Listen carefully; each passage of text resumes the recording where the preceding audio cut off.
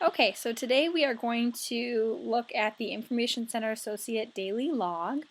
So you're going to be asked to fill out a daily log immediately following your shift. And I recommend that you fill this out as you go so you can take down any information and really get some details down there so we know exactly what happened. So it's on the Facility Associate like we showed in another tutorial.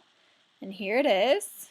So you're going to just start by filling out your name. So you'll pick it from a drop-down box. So all the names are listed there.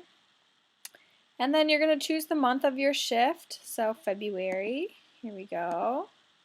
And the date, all the dates are listed there. So you just choose from the drop-down box.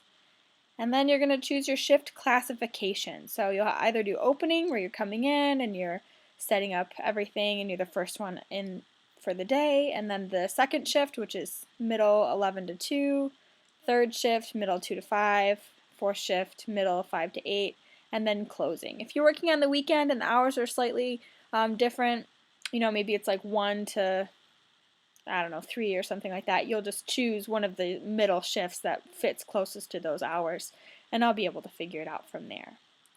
Okay, so anything the next shift needs to know, so everything is listed right here that you're going to put down just to let everybody else know who's coming in the next shift, what's going on. They know what's going on. Anything that would help them to do their job more effectively. So I've got some examples here. The first one is the comedy show was moved to the East Ballroom from the West Ballroom.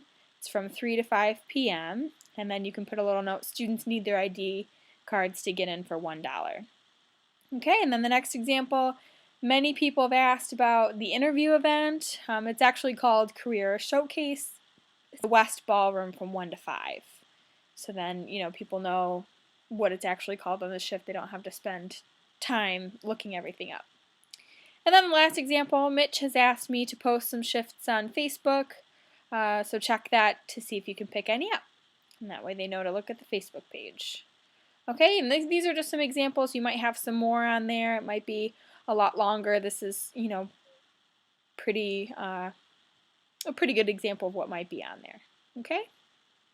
All right, any event no-shows. Now the managers are going to be recording no-shows as well, but I want to get your input on this. I want to see what's going on from your perspective just to be able to get two sides of the same story, and that way we have more information about what's going on. So in your case, you would say something like DSK never came in to get their key for 204 at 5 p.m. So you're recording the group name, the room number, and then the time are the most important things. And then when you add in that never came to get the key, that just means, that they never came to get the key. And that's how you know, or that's how you think that they didn't show up.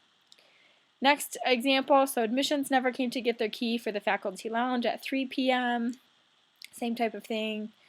Dave stopped by and said ASB was not in their room. So this is something different Dave has told you. Dave is one of the house staff and he's told you something secondhand, so you recorded it from him.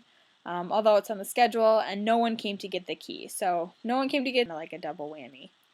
And in contrast, Dave stopped by and said that Jopa wasn't in the room.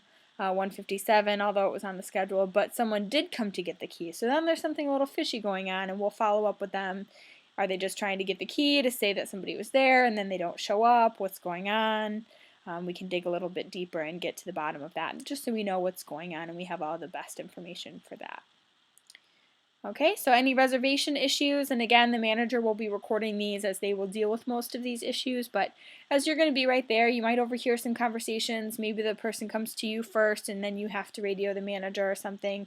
So we want you to record your perspective of any room issues as well. Again, just so that we have two sides of the same story. So an example would be Students for Choice was really unhappy about the miscommunication about the room. The manager handled the situation. So maybe you know a little bit more. Maybe you can say they did have a confirmation email or they did not. Maybe they showed you. But again, the manager will be recording most of the details for that if you know that they handled it. If there was an issue, like somebody grumbled about something and then walked away and the manager wasn't there, try to be as specific as you can so that we know what's going on. Okay? And then any general shift notes, anything else that doesn't fit in another category, or You want to put here, this could be a great space to utilize for recognizing a coworker. So you could say, I needed to leave a shift early to write a paper, and Lindsay shift, she's awesome.